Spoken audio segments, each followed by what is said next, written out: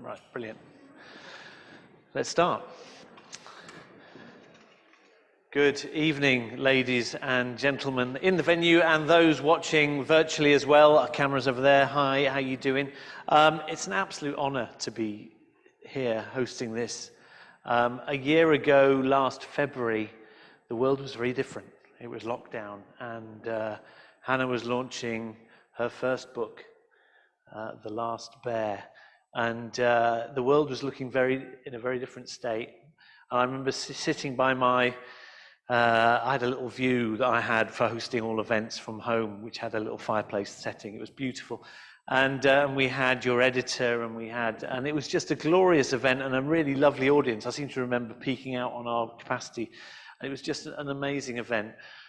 Did we know that Hannah, ex-Tringite, would go on to such huge success with that book? I suspect I could have predicted it, actually, because it's such a brilliant book. But what an honour it is to be hosting what is the launch of her second book. So thank you so much for coming along to that. Without further ado, let's take our places and welcome Hannah Gold.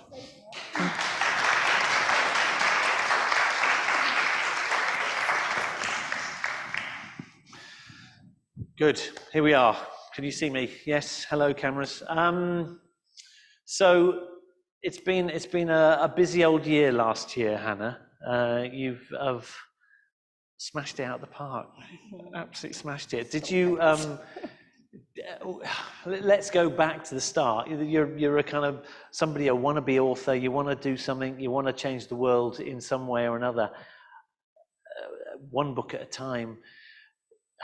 Where did that start? Where did that sort of begin for you? It's funny being here because I see some of my old school friends. So it's like there's this juxtaposition of who I am now versus who I was maybe like 20, 30 years ago.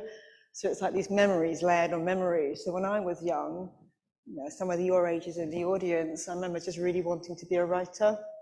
When I went to Grove School, which is really local, I still had that dream. When I went on to Tring school, that was the thing that I always was really interested in. I wasn't very good at maths or science, but English was something I always wanted to pursue. I don't know whether I had the belief in myself, but it was like, this was my dream. I know when I left school, like many people with a dream, I kind of half pursued it, but I didn't pursue it full out. And it wasn't until like a few years ago, I thought, I'm really going to go for it now. And picked it up, and a lot of stuff in my head had changed about my ability to believe in myself and my ability to go for something at the level that I thought I really could go at. Because before, I don't think I thought I could do it. I thought I could publish a book, but I didn't think I could be that successful. And even being here now makes me emotional, because I think for a long time in my life, I just didn't think I could achieve the big heights. And so for me, turning into a confessional, when I set out to publish this book, I set out to really go for it, and I set out to make it as successful as I possibly could make it, and to break through the barriers I'd always put on myself, of which I thought I could achieve. And then when I started getting, the top agent and the top publisher and a big deal, and then it started to get Book of the Month and the reviews and then the shortlistings, it redefined who I thought I was. And I thought, never again am I going to put limits on what I can achieve or anyone can achieve, because if you want to, you can achieve anything. And I hope sitting here today, I prove that. No, great answer. Today is the end of a very long day. I mean, Hannah's been very tired after so we've done 3 school events already. We've been to Grove, Hannah's old school. We've been to Aylesbury to turn Furlong. And we've been to Stukely, where my grandparents where your grandparents used to live. So there's a sort of been a little tour, and some of the questions you've received from the children has been incredibly poignant. I can't remember the nuance in the question that you received from the last question from that child in Grove. Yeah, you get the questions of like, What's your favourite animal? I can tell you now, it's a polar bear and a whale. And Sorry, I'll scratch that one off mine. Sorry. which book is my favourite? I can tell you now, they both are my favourite. I'm not going to pick. But he asked, and it was the very last question of the day, and he was obviously someone that had a big dream, and he was wanting, I think he was like a footballer, aspiring footballer. And he said to me, the last question, you know, what advice would you give to someone who has a big dream? And then we had a little conversation about it, and I said, I can't remember what I said, you know, don't let anybody else tell you that you can't achieve it. Keep going even when you get the knockbacks, and yeah, believe in the impossible. Yeah. And you said as well, and I thought you chipped in. He signed up to Chelsea, this lad, so he's obviously got a bit of talent on it under his belt. And you chipped in. And you said something along the lines, it's not just talent, it's determination. Yeah, the difference between someone who makes it and who doesn't make it, the ability is the same. I mean, there is always going to be an element of luck, isn't there? But fundamentally it's determination. I think it is determination because you can get a lot of knockbacks, and I got a lot of knockbacks, obviously. Like, even with this book, you know, which is my big breakthrough, not every agent said yes. A lot of agents said no. Not every publisher said. Actually, one agent, I like telling this story because I kind of chuckle to myself. One agent, they read the book and they were really enthusiastic about the first 3 chapters. And when that happens, they then asked to read the rest of the book. And I thought, they're going to sign me. And I got really excited. And then I got the email on the Monday after they requested the full. And they were kind of like, you know, we read the book, but actually we didn't think we could believe the relationship between April and the bear. So we're going to turn it down. And I was like, and I read the email a couple of times, and I couldn't actually believe it, because I thought, well, the whole point of a children's book is that you're not supposed to believe everything that happens. The whole point of a children's book is that you suspend your belief, and you can go on an island and travel on the back of a polar bear. And if you can't believe that, you're reading it from an adult point perspective. You know, luckily they did say no. And then obviously, because this book has gone on to do so well, quite often I see them on Twitter, and I have a sly chuckle to myself. I think that's very, very interesting. I found Whale a far more emotional book to read. I'm telling that as a hairy middle-aged bloke, and whereas a lot of people find Bear far more emotional. Very emotional. So it's kind of a weird one, really. Perhaps I read it too much as an adult. Read Bear. I've read them both as an adult, but I found myself far more immersed and engaged with Whale. I'm just imagining, because you're like in the film Big, you know, you kind of take a wish and you go back to being a child. But I think if we can read children's books with a child mentality, we can see what they offer us. But yeah, you thought this one was more emotional. Yeah, I read that on a plane back from a skiing holiday, and I was blubbing like a good one, honestly. I was quite... Luckily I had my glasses on, no one else could see, and a mask on as well, so yeah. Camouflage then, yeah. Yes. But no, it's brilliant. It's such a lovely book, and you guys are really in for a treat, honestly. The kids will have it read by the end of play tomorrow, I'm sure. Yeah. I know how long this has been in the gestation. You know, I think, given how long ago you must have been going through the process of getting Bear published, is Whale almost as old in terms of an idea, as a concept? Yeah, the way that the publishing works is that by the time that your book comes out, you're almost already finished the book that you're currently working. So there's this, which I'm not on my 3rd book. Don't tell my publishers that, though. I really barely started on that one. But yeah, so by the time that this one was all sort of coming to fruition, this one was already completed. But it was a lot harder to write. There was a lot more toing and froing with the editor, because it was more of a collaborative process, whereas this one I'd written on spec, as it were. And then after you've finished your bit, you have the illustrator comes on board. You have them making it look really pretty. Even when it goes to the printers, it takes quite a long time. So it's quite an interesting process, the life cycle. But it was a more challenging book to read as well, also because the storyline is a little bit more complex than this book. Yeah, no, it was, absolutely. The idea. Let's talk about the the Lost Whale, and give us some kind of synopsis that you're allowed to, that you've been allowed to tell us in Firstly, surprise. I do recognise the titles are really similar. This wasn't my choice, this was the publisher. Yeah. And even my publisher goes, oh yeah, the Lost Bear and the Last Whale. I attended the publisher kind of promotional thing for all indie bookshops. Oh, she got it wrong, didn't she? And the editor and the presenter and the publicist, they were getting the names wrong constantly through the whole event. And I'm sitting there thinking, well, how am I going to get this right? Yeah. So anyway. Yeah. I had a review the other day from a blogger. She's really supportive. And the whole way through, she was mentioning the books and constantly getting them wrong. It was like, oh God.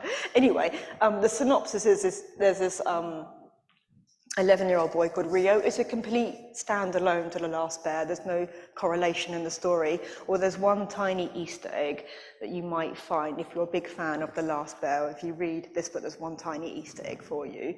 But there's a boy called Rio. His mum's quite, she's got a few issues with her health. And so she says to Rio, you know, I'm going to send you off, which sounds really harsh. I'm going to send you off to stay with your grandmother in California for 4 weeks. And Rio doesn't really want to go. He doesn't know his grandmother. And when he gets there, we haven't got any of the illustrations, have we? No. We have, well, no. Other than that one, obviously. So when he gets there, he's kind of, oh, I don't really want to be here. And he's quite sad.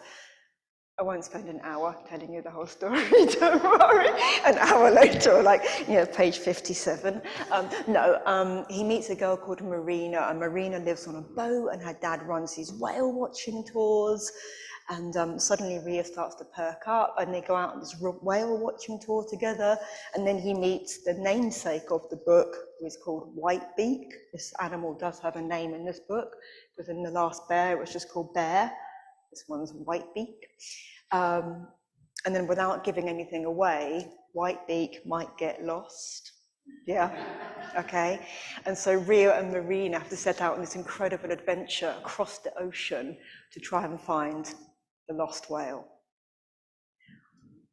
And that's where I'm not going to say anything more, but it does fuse some facts, like The Last Bear talked about Bear Island, we talked about the melting ice caps.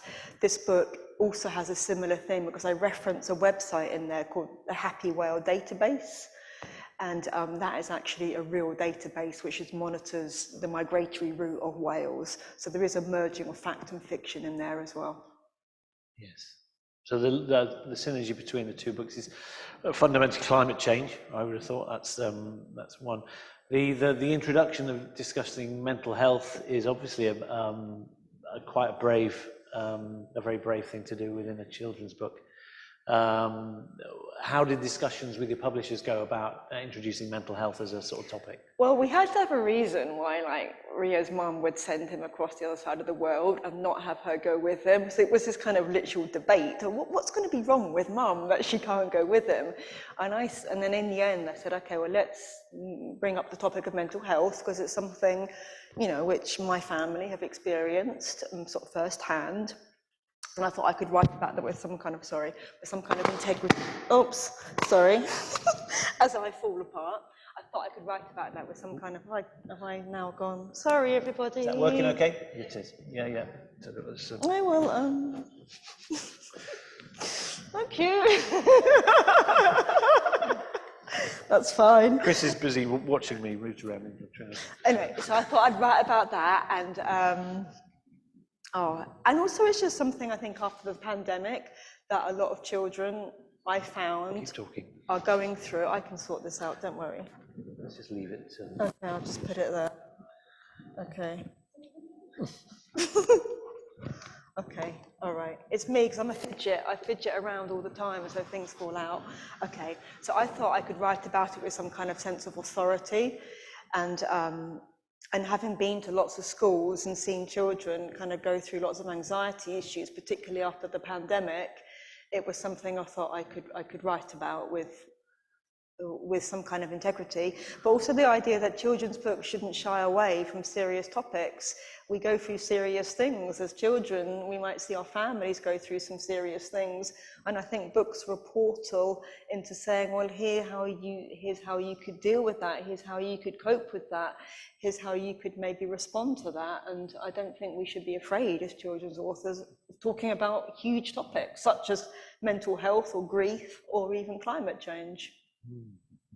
Have you, I mean, there's a number of things that endanger whales, and in today's event you've been talking about those. Do you want to just quickly give those a quick summary? Yeah, so we do this quiz. I do the quiz with you now, actually. So we do this quiz as part of, whenever I do school visits, I try to give the information as a quiz rather than me kind of yakking.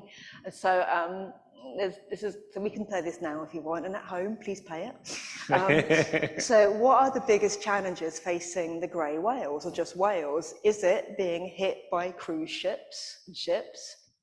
Is it plastic, like eating plastic? Is it fishing debris? There's a lot of what we call ghost nets in the ocean, and that are fishing nets, like huge nets, not just little nets, huge nets which are being discarded or lost by fishing ships, which are just floating around the ocean. Or is it rising temperatures? What do we think is the biggest challenge facing them? Is it, we can do a hands up, Yeah. Is it I'm getting shouts from the is it cruise ships? Crowd. Is it plastic? Is it melting or rising temperatures? Or is it the fishing? What do we think? I'm getting We have a temperatures from the room. I've got Ruth. Ruth has said plastic. Mandy said plastic. Plastic, you think plastic? Okay. Rising temperatures, plastic. Any answers on this? Plastic. The truth is, it's all of them. Okay, so one of the trick question, sorry. What I'm fascinated about the grey whale, because it's not as well known as other whales like the blue whale or the humpback or the killer whale, but the grey whale lives mainly off the coast of America, and it has one of the longest migratory routes of any animals on Earth, and it feeds in the cold water in Alaska, like krill and plankton, and then it migrates all the way down the coast, like Canada, America, to these lagoons in Mexico, where the grey whale then mates and calves. And one of the interesting things about that is the fact that it goes on this massive journey, but along the way it faces all of these huge challenges. And the other thing about the grey whale is actually it's also known as the friendly whale. And this is a true fact. It's called the friendly whale because it's one of the few whales which will actually come up to the boat, right up to the boat, and allow you to pet them.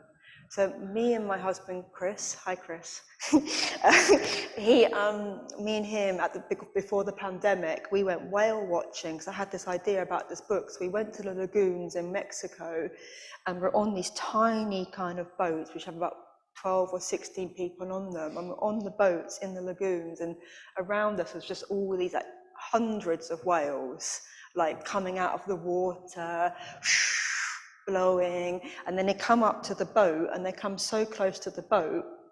This is obviously a scale, yeah. We'll come on to size in a minute. And then they come up to the boat, and you can literally lean out of the boat and you can touch the whale. What do you think a whale feels like when you touch it? Do you think it's rough or do you think it's smooth?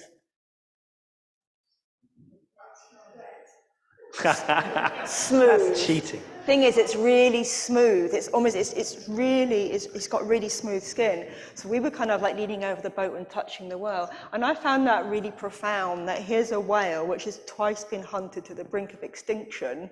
Because in the olden days, sorry, this is a bit horrible, but in the olden days, the whalers used to go to the lagoons, close off the mouth of the lagoons, and literally slaughter every single whale, including the calves in the lagoon. And so these whales been hunted right to the sea to the brink of extinction, but they still come up to the boat and allow us humans to touch them. And I thought, and there's a picture that I share, it's on my website, and it's this eye, it's the whale looking up at me, and the eye is like the size of a tennis ball.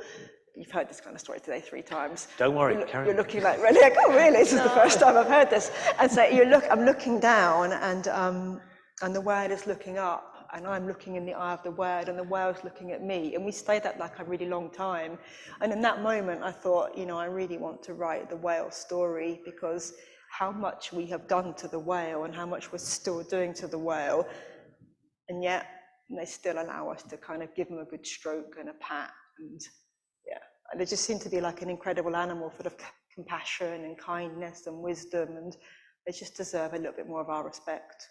Totally. Let's quickly deal with size, because I know the children, we had a tape measure, which we showed them how big a whale was, and you did it in a way comparing it to elephants. Yeah, the whale is, okay, is it the size of 1 fully grown elephant, 2 fully grown elephants, or 3 fully grown elephants? 1, 2, or 3? Who says 1? Who says 2?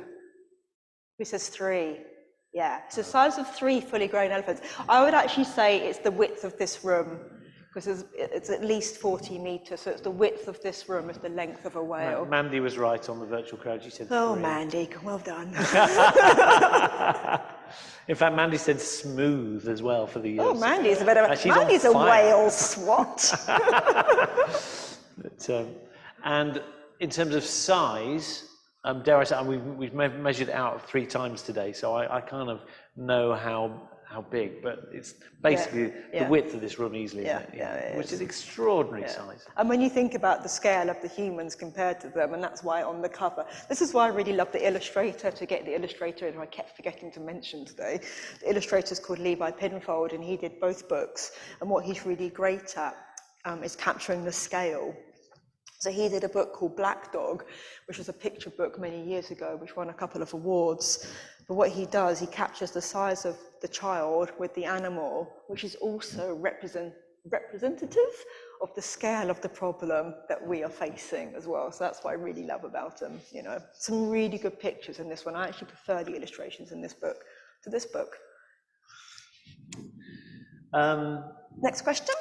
What we haven't dealt with is Hannah Gold, the award winner. Oh, yeah. I think we sort of skirted over the whole Blue Peter Prize, which that's extraordinary. They give it out once a year. It's one of the main book prizes that you can win, and certainly for children's writing. And at what point did you know you were nominated or shortlisted? Well, awards are funny things, because they kind of go through various processes. So I found out I was on the long list and the short list at the same time, and you're told maybe a month or 2 months before it goes public, and you get this email that says strictly embargoed, like capital letters, we will take it away from you type threats if you tell everyone.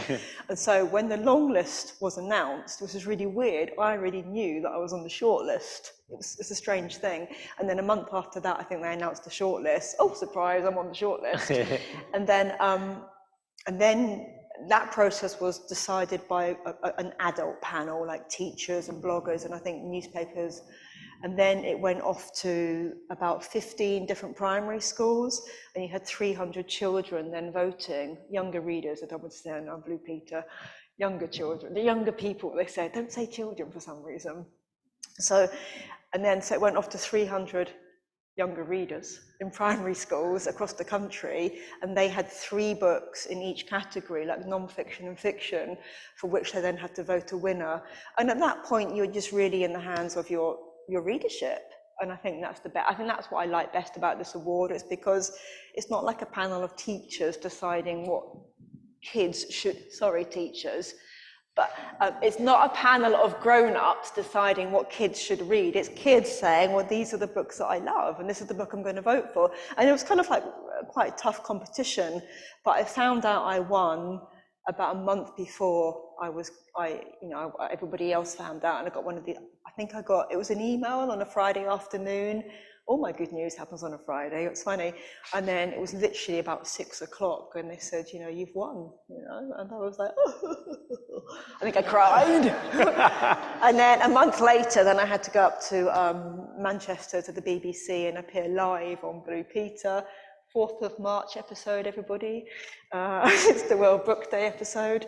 And then they had these, you saw it, don't worry if you didn't see it, yeah. So it was really cringe, because they had these 3 paper doorways of the 3 shortlisted books. And I had to stand behind the doorway of The Last Bear. And they said, okay, so when we announce the winner, you're going to have to burst through the doorway. And we did like a rehearsal with a blank doorway, and I managed to whack my wrists on the metal and leave myself with a big bruise. And because I'm quite short, I was like sort of fumbling through it like an idiot. And then so they announced the winner, but David Walliams was just on before me, and he ate up all the time because I was supposed to have 3 questions. And it got to me, and they're like, okay, what's it like to win? Okay, great, thanks, bye. And I was like just left standing there, but I managed to get through the doorway without tripping up, which was my big fear. No, it's just such an amazing achievement. And at the point when I set up the event page, I put in the intro blurb, I put award-winning Hannah Gold. At that point, she hadn't won the award. I wrote that thinking, oh, she's got to have won something. It's like, come on, you can't have written that. And I said, no, I haven't won anything yet. Yeah, Hannah got in touch and said, I haven't won it, knowing she had won something, but she couldn't tell it.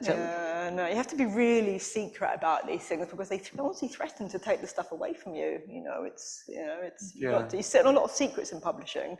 It's a funny business. I think my response was, surely you've won an egg and a spoon race or something. Yeah. I think I was quite good at sports day at school. That's good enough, award-winning. Yeah. But, yeah. So, over the last year, you've so grateful for the support you've given us in terms of our events. We've done so many, and Last Bear has sold in its droves, both in hardback and in Is it not your second bestseller for the whole of last year? I have to say, almost certainly. Do you know what? I must have given you that stat. Yeah, you did. Like, okay. I think I asked for it. Yeah, and I suspect Lost Whale is going to be our #1 bestseller for this year. That's going to be. It's hard to follow a debut. When your debut does really well, it is a lot of pressure to follow it up. I have to say that. So fingers crossed. So it's. I'm going to open up to questions. There is a roving mic somewhere. I don't know, Kim or Sandra, if you could run around with it. And virtual crowd, please do start. I've already got a few questions coming. Do get your questions in as well. So the second half really is about you guys and what questions you want to ask. So any hands go up? I've got one already. Come on then. As long as it's not what's your favourite animal, you're all right, okay? Behind you, Kim. Hello, I can see you're wearing your Blue Peter badge. Is it a blue or a green one? It's a blue one. It's actually, it's quite plasticky. It's not enamelled or anything. It's just like a plasticky thing, but apparently I found out tonight with Blue Peter badge can get you free entry into events. I did not know this. Museums, all sorts. I just wondered green because green is their environmental badge. No, they didn't. They didn't give me that one. We saw the Blue Peter garden, and I saw the handprints and the paw prints from pets of yesteryear, and that was quite moving. But I do get free entry into places now, so that's all right. Right, question. Let's do a couple of virtual hang on, ones. there's a girl here with her question up her hand. Ben, can we do that girl? Let me do one from Fowler. Okay, Fowler, wait. what is it like seeing your books on the shelves? You've obviously seen ours in the bookshop window around the corner. Because the book was launched in lockdown, and that was quite not upsetting. That's too extreme an emotion, but for everybody to go through some really hard things. But when it is your first big book, and you expect to have a proper trade launch, and HarperCollins were going to do this big launch for me, and then none of that really happened. And so on the day, all the bookshops were closed, and we've got like a local bookshop where I live, and they had a solitary Last Bear in the window. So on my launch day, I went and stood outside the window. I just looked at my book through the window. Conversely, you got to spend the evening chatting. Of course, with me. yes, and that was the big bonus. That was a really good thing because it meant actually with the launch that we had, which was amazing, lots of people from all over the world, like I've got a lot of friends that live abroad and things like that, and so they were able to tune in, and my parents were able to come, and my family who live in different parts of the country, so it was really amazing. But yes, answering the question, when lockdown did finish, I could finally go to a bookshop. I remember just for every weekend for about 2 months dragging Chris, my husband, to every bookshop I could go to just so I could see my book. And I still don't get tired of it. He might get tired of it, but I don't. We've met Chris. Chris came to your event in November when you came and interviewed Michael Pergo. And he loves it. He loves what you're doing, and he's so proud of you. You can tell that. It's it's oozing out of every pore. So. Because we've got tomorrow night, just to squeeze this one in. I know I'm mentioning a rival bookshop. Waterstones, we know they exist. Yeah. So there's a children's book prize. But yeah. There's a children's book prize that Waterstones do every year, and The Last Bear is also shortlisted for that. And so tomorrow night I've got to go up to London Piccadilly to the flagship Waterstones store, and then to the prize ceremony for that. And so Chris, my husband, is meeting me there, and he spent more time sorting out his outfit than I have mine. But yes, so that's really exciting as well. We've got that tomorrow. Yeah. If you don't win that, it's a crime, quite frankly. So, should we do your question now? Yes. I want to be a writer when I'm older, so what advice would you have for a 10-year-old like me who wants to be a writer? Wow. Nice. Well, first of all, good luck. Maybe one day you'll go to a bookshop. Hopefully it's not locked down for you. What's your surname? Board. Ball. Okay, so you'll be high up in our shelving system. Yeah, higher than a G, a gold. You've got like a bookshop on your doorstep. No, I think it's like, number one, like write about what you really love writing about. I think for a long time I tried to write books that I thought other people might like, not necessarily the book that I really wanted to write. I kind of thought my books were a bit sentimental and a bit emotional, and they probably are sentimental and a bit emotional, but you know what, people like that. So it's almost about being true to yourself. And then the second thing is, writing is very much a craft as well. So it's about learning the craft and keeping going. And then the third thing is the essence of just, perseverance until you get there. But practice, keep believing, and go for it. Good luck. Fantastic. I've got a question from Chris. Chris, yeah. Who's Chris? Chris, remember him? He's that bloke you left. Yeah. Chris says, how did you get the name Rio? Oh. It feels like there's going to be some story in this. Chris asked a question which leads back to Chris. Okay. This is how this is. When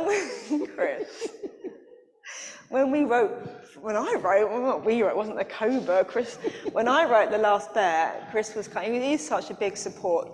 Bless him, he's the biggest support, and he had, meeting him changed my life as well. And I don't think even without him, actually, I probably could have gone on to have the career that I've got, because he's such a strong foundation for me. And I'm very grateful for that. And when I sat down to write this book, he actually came up with the name April. So that's the story about this one. And then, so leading on to Rio in The Lost Whale, he was like, I'll come up with the name April. Maybe I can come up with the name of the second character as well. Okay then. And so he did actually come up with the name Rio.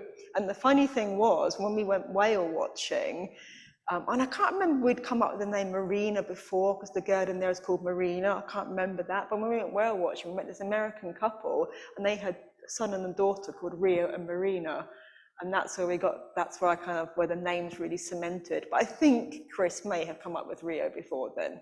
Chris, maybe you can confirm that. Chris, can you confirm that? Send a message. Yeah. How weird is that? Did you keep contact details of them? Yeah. Do they know their names have been? Yeah, they run this kind of like boating company of San Diego. Rio was really into football. He's about 15 now, but at the time he was 11. Really lovely family, actually. Still. A lot of the people that I met whale watching, I'm still really in contact with, and in the acknowledgements, I reference all of them. Yeah. Wonderful. You've got a question here from a young lad. Where did you get your inspiration for The Last Bear from? You know, because I really love animals, I really wanted to write a book which was primarily a book about child-animal friendship, because I don't think there's anything as nice, really, as the way that when you see a child with an animal and that love, which is really pure. And I really wanted to write a book which captured that at its heart. But it was only when I was writing, I decided to write about a polar bear, and I started researching polar bears, that I realised that the rest of the story fell in place. So, for example, this book is set on a real-life island called Bear Island, which I didn't know anything about until I started researching where to write a book about polar bears. And then the rest of the story just kind of, fell into place after that. But primarily out of desire to write about animals and be like Michael Morpurgo. Chris has replied, yes, I did. Okay. Chris, you should be here, really. That would have. Chris should be here next to me, like, pretending that he wrote the book. Naomi put a lovely comment, not really a question. Oh, Naomi is the friend that we met. You know her. We had after the Michael Morpurgo. Yeah. Well, she's put, my daughter, who is a therapist, has advised one of her patients to read The Last Bear to understand emotion. Yeah. How lovely is that? Yeah, they are. It is a really emotional book. When I talk about to sort of younger readers about the story, they say, well, the ending is very emotional. And lots of things that people have picked up on is the way that, I suppose, you don't see it as yourself because you're just the author, you don't see it, but how, I suppose, I describe emotions. And I think a lot of readers resonate with that in some way. Yeah. Yeah, we've got a young chap question. And then we've got the middle row as well. What inspired you to become an author? Sorry? What inspired you to become an author? What inspired me to become an author? Because when I was young, I always used to really love reading, and when I was at school, which maybe my old school friends might testify, I used to love English, and I wasn't very good at maths or science, but English was the one thing I really wanted to sort of, that I really enjoyed. And I think if you enjoy something, then it's a good sign to kind of keep doing it. It was just a dream, I think. Yeah, I used to go across to the library over the road and come back with loads and loads of books, and yeah, it was just a dream. So you do have one or two, you've got one or two friends in here who you're at school with. These are these ladies there. In my head, I'm still looking at you as you were 30 years ago. The virtual crowd probably can't see them. Can I just ask the question, what was Hannah like when she was at school? I look amazing. Let's have a quick Q&A. She was great fun. She was a good fun friend and has always wanted to write, I think. So. Could you tell it was in her? Ben, this is quite cringe. Is it? A little bit. Are you a bit embarrassed by it? Fantastic. Okay, let's move on to the next question. Over here, Kim. But thank you. That was the right answer. I'll pay you later. Okay. Hi, can I ask, how did you get matched with the illustrator, and at what point does he get involved? Yeah, that's an interesting question because it's all to do with the publishing process, which obviously I knew nothing about. And I thought, oh, I'd get to choose the illustrator. But then what happened was not even every children's book has an illustrator. You're quite lucky to get an illustrator to begin with. And the reason why they chose Levi was because he's a much higher name than I am. I'm joking. Levi, no, I'm joking. Levi, I love you. Levi is a legend. Yeah, he is. So he'd been around for a while, and please don't ever show that to Levi. and he'd written this book, which had won an award. He did the 20th anniversary edition for Harry Potter, and the publisher tendered it to a couple of illustrators, but they specifically had Levi in mind because of this book that he wrote called Black Dog. And because I talked about the scaling, so they approached him, and HarperCollins hadn't done any work with Levi before, but they got him on board via the agent. They send him a copy of my book, and obviously it must have resonated with him, and he agreed. And at that point, they tell me, I'm like, Levi who? Because I didn't know anything about illustrators. I mean, why would I? Have you ever heard of Levi Pinfeld before? Unlikely, unless you're in that world. So I'm like, oh wow, this guy is absolutely amazing. And I was blown away by him. And I thought, this is incredible. And the reason why they chose that was to give me traction in the market. And so then they go away and they work on the cover. Some publishers are really collaborative. Mine aren't that collaborative in the cover process.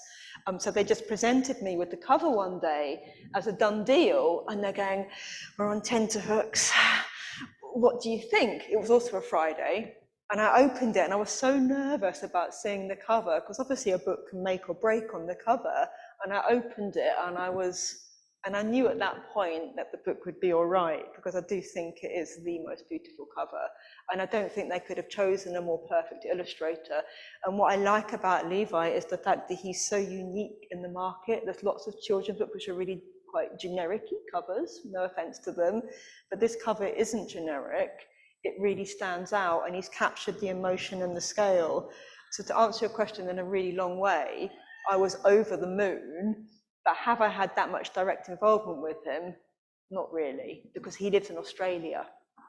So all of the illustrations are done via the publisher. They set out where the illustrations go, then they send them to me, I approve them, I approve the roughs, and then it goes back via the publisher. But we are hoping to do an event in the next couple of weeks together, an online event, so I finally get to meet him. I've heard he is absolutely lovely. Really, really lovely guy. So as yet, you've never actually spoken to him? No, we've had like a couple of Instagram messages, and that's it, because he's not really on social media. And yeah, he's on Instagram. I tried to, for the launch event, I tried to get him in some form, and I do know his agent. So you know, if somebody else doesn't, I'll try and arrange it as well. Oh yeah. Apparently his sister does work with whale conservation. So when he read the whale book, which is just a big coincidence, he was really, really into it. Yeah, I think he's amazing. He really is amazing. And I was surprised actually when he didn't win any kind of illustrator awards for it, you know. Oh, is there one? Yeah, there are illustrator awards. That would make sense, because they are stunning. Yeah, that's what I thought, yeah. Listen, I've got a growing number of virtual questions. Have we answered? Yeah, this one here. Oh, go on then. Mr. James is a friend of my brother. Yeah. Okay. Which is your favourite book, The Last Bear or The Lost Whale? Do you have a brother and a sister or a sister? I was going to ask your father, which is your favourite brother or daughter or sibling? The answer is it's really hard to pick, and it is impossible to pick because each book means something different to me. So it's one of those questions where I can just say they both mean the same amount to me for different reasons. That's the right answer. That's the right answer. Right. Let's get through some of these questions. This is a lovely question. Mandy, Katie and Lee, what did it feel like looking into the whale's eye? Oh, yeah, I mean, it was one of those moments which you never forget. And I'm looking at the book as if it's in the book, and it's not. But it was just really sort of profound, really, and really sort of life-changing in a way. When you come close to a wild animal, and that close, it's pretty special. I don't think there is a picture in there of the eye. I thought there was an eye shot. Maybe there isn't. No, you're thinking of my photos. Yeah. No. On my website, by the way, Mandy, there are some photos, and there's a photo of the whale's eye. Amelia, were there any books that inspired you to write your own book? I really like Michael Morpurgo as an author, which I think we've talked about before, and so it was a real honour when he endorsed my book, and also when you invited me to interview him last year. And I really like how he writes about animals and nature as well. So I always say when I'm grown up, I want to be Michael Morpurgo. It's a lovely question. Carly, are there any other kinds of animals that you're itching to write about? Now, I know there's a third book in the offing. We were joking today, weren't we, about writing about woodlice or something like that. A teacher at Turnfern was kind of going, what's next, and putting bets on it. Animals I do like, and I would like to write about one day, would be a sloth, a turtle, and a pangolin. But none of those are in the third book? None of those are in the third book. I can't say anything about the third book because that is a secret. She's under strict instructions, which is understandable. Any other questions out here? I've got a few more. There's one down here. Come on in. Do you see parts of your personality in April? Yeah, I probably do, and I don't know whether, picking on my old school friends again here, they have actually read the book, but I wonder whether if they did, they would recognise parts of April in the old Hannah. I think the old Hannah was a lot shyer and quite sensitive, and so in the April that's in the book, you know, she's a lot braver than I used to be, but she's also quite shy in a way, and a bit of a loner, and someone that wants to do the right thing. And that's definitely who I am now. I want to do the right thing, and I want to make a difference, and I don't just want to I suppose be living for myself. I want to think about the impact I'm making on those around me, and I want to think about the impact that I can make on animals and the planet. And so as I stand here today, the grown-up version of the Hannah I used to be, I can be proud of who I've become. Carly also asks, what books are you reading now? What's on your bedside table? I get sent lots of books from other children's authors, and some really brilliant books out there.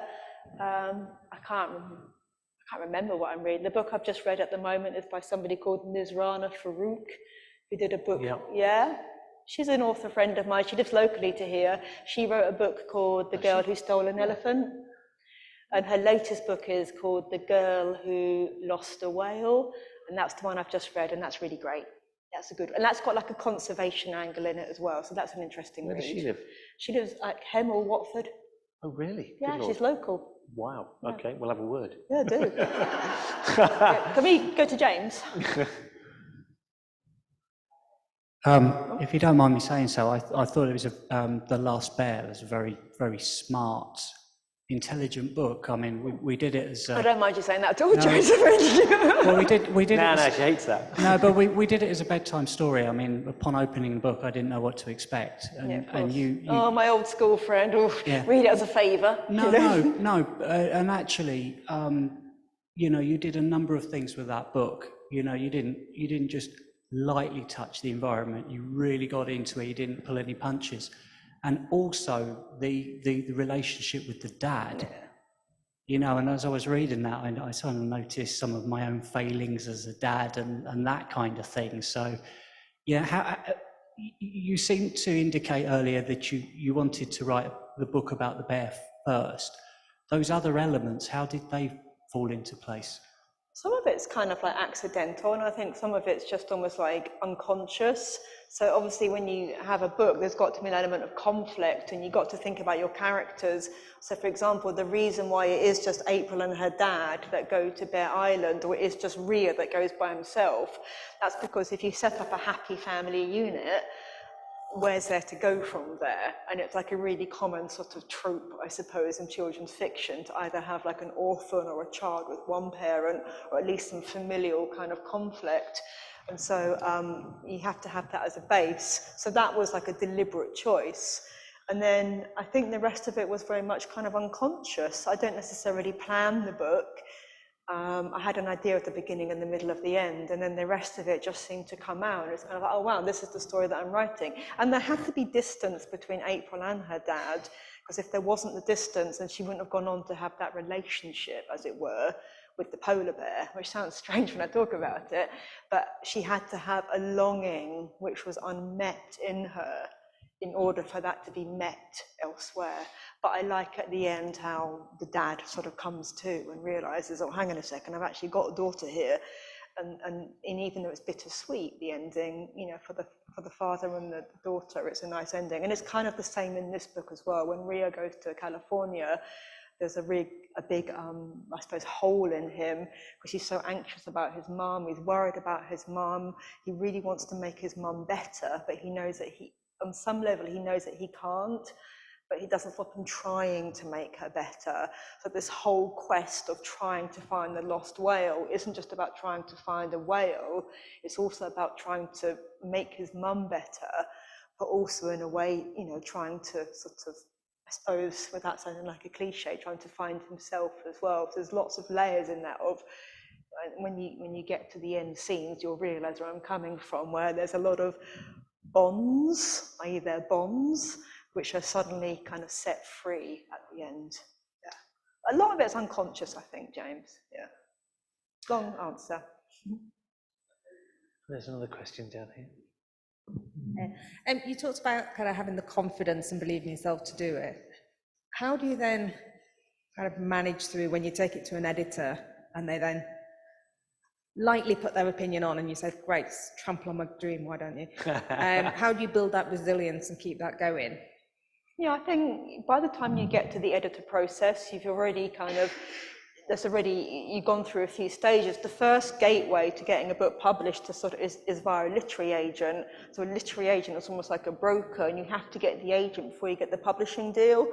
And so getting the agent's a much harder task. And I suppose you just have to not take it personally, which is difficult. And that took me a long time to realize, because in my earlier efforts, I did take it personally. So when agents said no, I'm like, well, that's because I'm not good enough. That's a reflection on me, rather than saying there's something about the book which could be developed, or maybe it's just not the book for them. So you've got to distance yourself emotionally from the product. By the time that you get an editor, you've already kind of got some money, hopefully. And the editor is, they're very, very supportive, and it's more of a collaborative process. But at this point, when they're suggesting changes, it's not in a dictatorial way, and you're listening, but you could push back. I could say, actually, no, I don't necessarily agree with that. And so it's much more of a process by that point. My editor left, unfortunately. The editor that did the chat for the last bear, she did leave at the end of last year. And I was very upset about that, because I got really close to her. But I've got a new editor now, and it's just part of the business, I suppose. The more I'm in it, the more you realise it's part of my heart, but it is a business too. And so you get to grips and just create new relationships. And it's not just the editor I'm working with. I work with a publicist, I work with my marketing team. There's quite a few, there's a big team around me. Before we go to another question, a bear has been an amazing thing for us as a bookseller and for my team. And we have a little gift we want to give you, which I know you... Oh my gosh, I'm not going to get all emotional, am I? I think many of you have seen the cover. I don't know whether you can put it on the screen, guys. I go to this camera. Me. You know the shape of bear. You know what bear looks like. You know that.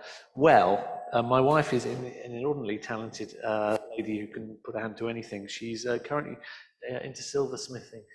Is that appearing? I'm not going to look, because I'm going to save the treat for myself. So that is solid silver, and it is Hannah. I'm preparing my eyes.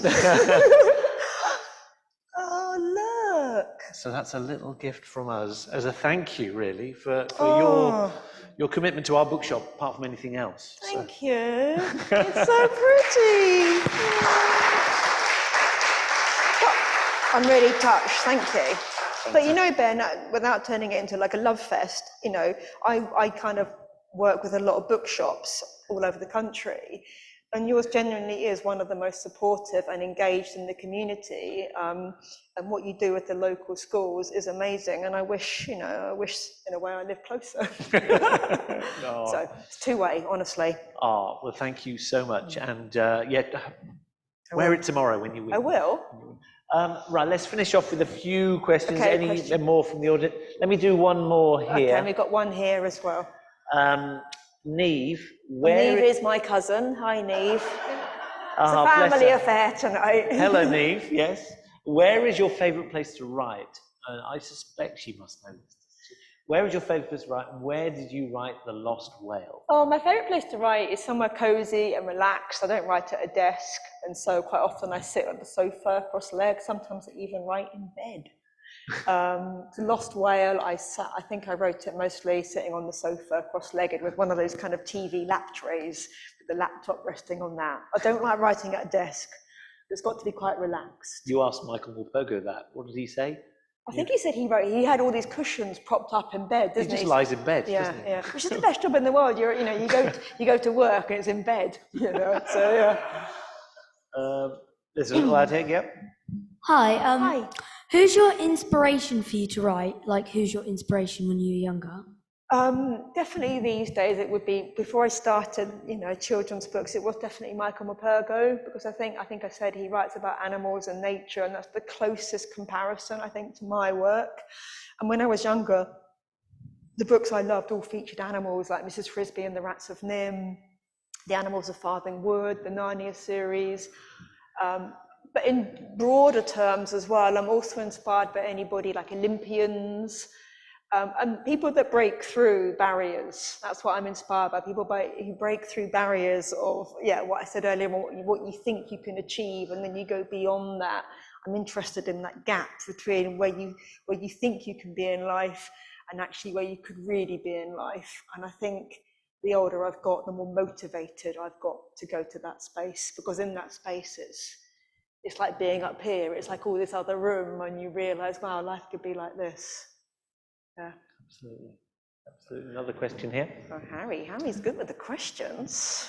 Hi, if your book was made into a film, who would you want to play April and who would you want to play Rio? Oh, great question. I know. Look at you. You must have given that some thought. Yeah, we would love it to be a film. When I say we, that's, I'm talking the collective we, me and Chris here, and the family. Yeah, I would love it to be. I'd like it to be a CGI film. I've thought about this.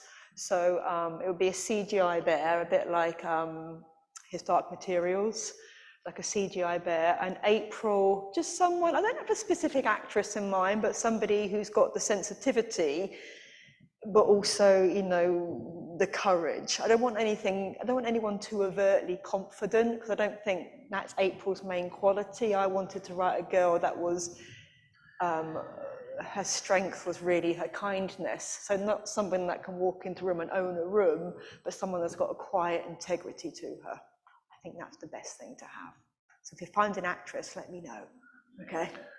We're into the last couple of minutes. There's a question here. Let me just throw in a few comments from here before you do the question. Ruth, wait, what? There's a third book? Question mark. I mean, you were saying 10,000 words into the third book, so a long way to go yet. Yeah, I mean, my books are only actually 40,000 words, so I'm technically a quarter of the way through, but it is a rough 10K. That's it. Don't tell my publisher that. There's a few lovely comments about the silverware, actually. Chris. Chris is incredible, he said. And Chris, Andy, incredible. that is stunning. That's lovely. Good. Your question. Yeah, sorry, we're admiring the silverware, which is lovely. Yeah. How long did it take you to write The Lost Whale? Yeah, that's a good question. You know what, it did take me longer than The Last Bear, because I didn't have a publisher or an agent. I could write it almost with a little bit of luxury. And that actually, The Last Bear, I'm going to answer your question, The Last Bear, from first page to getting a publisher took 11 months, which is really quick. But The Lost Whale, I was trying to deal with being an author. I had all these marketing demands. You can't just write anymore. You need to be doing videos and Twitter and Instagram and amazing school visits. And so it was a lot more varied. And so it did take me quite a few drafts, but I think it was all in all about a year. Brilliant. Listen, thank you.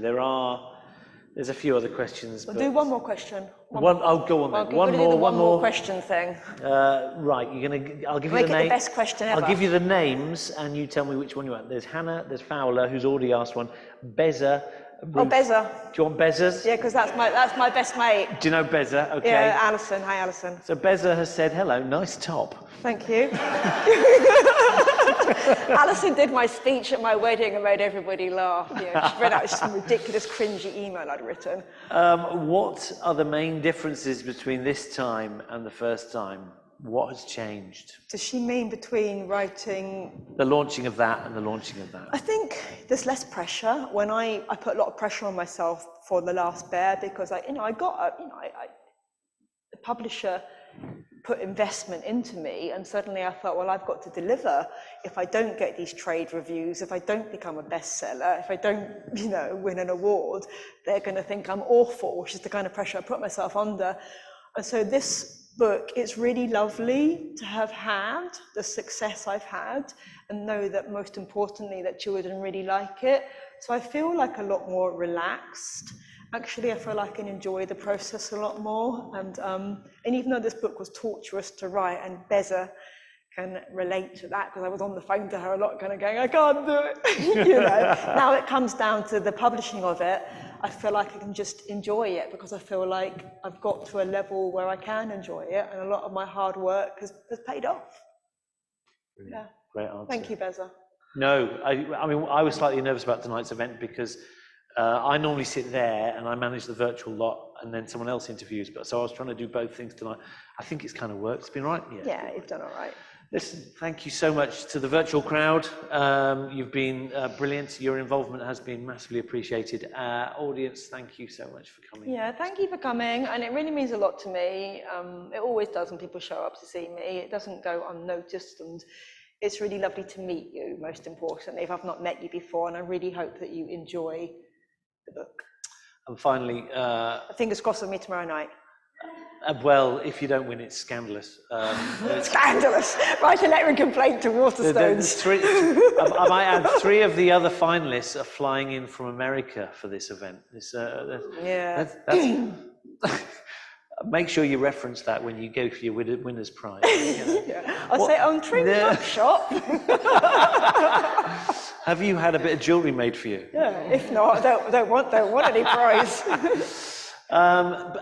Just a huge round of applause for the brilliant Hannah Gold. Thank you.